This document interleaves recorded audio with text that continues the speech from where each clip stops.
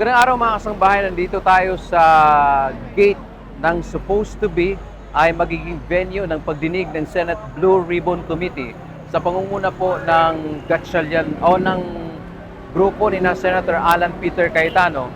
Pero sa ating paghihintay kanina, nakita natin na dumating na po si former Ilocos Sur Governor Chavit Singson, pero hindi siya pinapasok.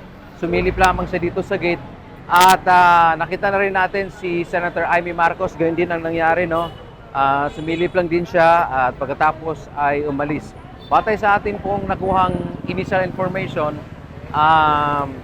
cancel daw yung pagdinig ng Senate Blue Ribbon Committee ng grupo ni na Senator Alan Peter Cayetano. Sa ngayon, yung may mga supporter dito yung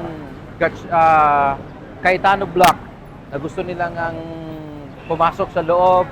Nakipag-usap na sila dito sa mga kumbagang caretaker ditong venue. Subalit mula pa kanina, mga ilang oras na rin ang paghihintay, hindi pa sila binubuksan. So sa ngayon po, makikita nyo marami ng pakita mo doon. May mga tao na po ng Philippine National Police na naka-deploy, no? Pagkakalam natin, maaga sila dito na magsisecure sa lugar para dito sa inaasahan nga na pagdinig ng komite ni na Senator Alan Peter Cayetano. Pero yun nga, wala pang dumating.